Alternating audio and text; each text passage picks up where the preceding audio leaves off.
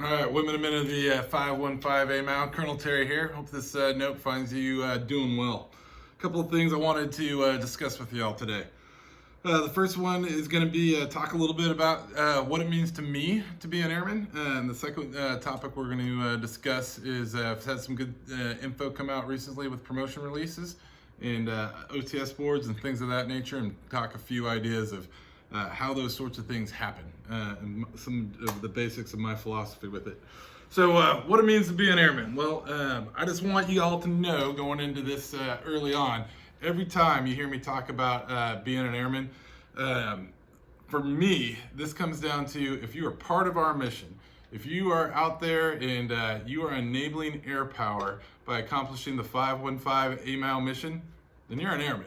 And that's what I'm referring to. And it doesn't matter to me if you're a regular active duty Air Force airman, reservist, guardsman, if you're a civilian, U.S. civilian, a local national, the status doesn't matter to me. All of those individuals are out there making our mission happen. Each and every one of you, you're airmen. And it's just important to me that you realize that, and that's what we're talking about going into it. So I had the promotion release recently, the OTS packages coming across my desk, just some phenomenal work being done by folks out there. And one of the questions I get asked often is, hey, what's the secret? Or, you know, what do I look at when it comes to those sorts of things? I'll let you know up front, if you've ever been told, oh, it's all about luck, it's not. We have a really good system. Is it perfect? By no means. Are we always trying to find ways to make it better? Absolutely. And you see that right now as we continue to take a look at our system and find ways to address possibilities where we haven't met equal opportunity for all people and those sorts of things that go into it. But that does not change the fact that it's not generally a pretty good system. And you should know that. You know, we run a meritocracy, and it's generally based on some really good aspects of merit.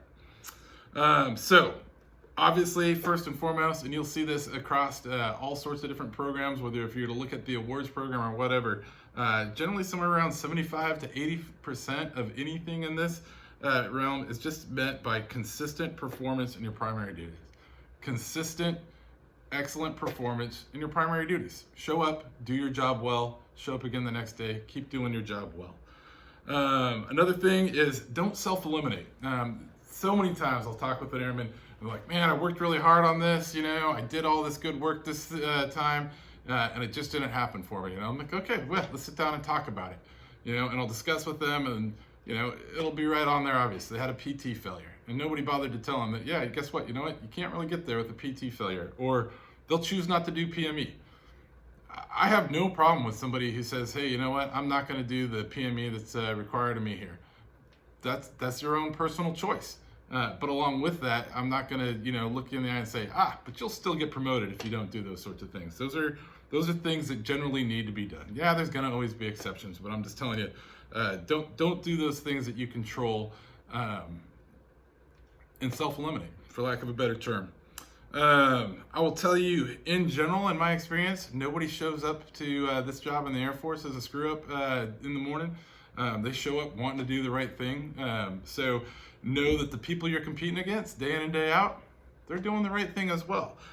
So if you really want to be above and beyond, it's going to take doing something generally above and beyond. And that's where that whole airman concept comes in, that other 20% or 25% as the case may be, depending on the packages. So keep that in mind as well. Something that we generally don't talk enough about, that I'll spend a little bit more time here on, is do good paperwork. Your paperwork generally is going to be what meets boards and those sorts of things. And when the paperwork doesn't reflect you as an individual, that's a problem, because you're never going to be able to compete.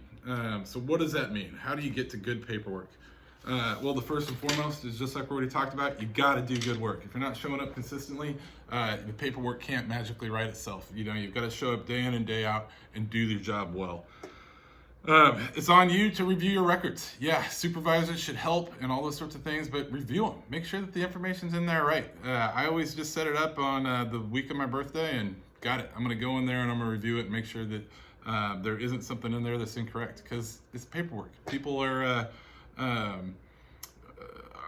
they're human. They make mistakes. You know, things will happen, and it's going to be on you to have to go in there and make sure that it gets corrected and get assistance from your supervisor when it's not right. Demand feedback. I'll tell you, so many times I'll meet with airmen and they'll be like, I don't understand, why whatever didn't happen for them if they wanted to happen for them. And I said, well, what did your supervisor have to say on it? Like, well, we never really talked about it. All right. Well, have you ever told your supervisor that's a goal for you? Yeah. Okay. So, unless you go down that road and unless you have those conversations, and there's no problem with you saying, hey, I want my feedback in writing. You deserve it. You've earned it. If you're going to take the time to show up to work for us and to be part of this mission, as supervisors, we owe you the time back to give you some feedback on what you're doing. Compete.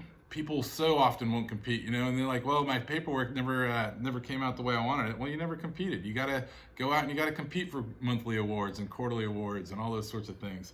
And yeah, nobody wants to take the time to do them, and you just want to be hey, go out and make it happen. But you got to let your supervisor know as well. Say, hey, I want to compete. I want to show up to the race. And then the last thing that I'll always give you is always ask for more. I'll tell you, I've so many times seen folks pass up opportunities because it wasn't the things they were passionate about. Never miss an opportunity. If there's something out there that your supervisor needs, whether or not you're super excited about it or not, if you can do it, take it on. If you just wait around for, hey, I want the projects that I'm passionate about, it can work out. I'm not going to lie and tell you, well, maybe that won't work out for you. But generally, if there's an opportunity out there and you say, hey, somebody needs to do that and they're looking for somebody to do it well, that'll make the difference more often than not as well. Sometimes you'll hear, particularly when you're younger, hey, don't worry about the paperwork, learn your job. Your supervisor will say, I got that. To some extent, that's fair. I mean, I get that, but it's also absolutely fair for you to be wanting to go, hey, I want to take a role in this. I want to understand it. So please explain it to me a little bit more.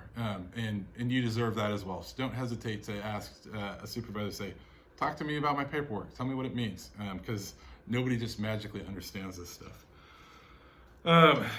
So last thing I wanted to talk to you a little bit about, because it is that season, and I know I've already gone long, but I promised you I would regardless, because I'm an 06 Colonel and that's what we do. We're facing down Hurricane Douglas here in Hawaii.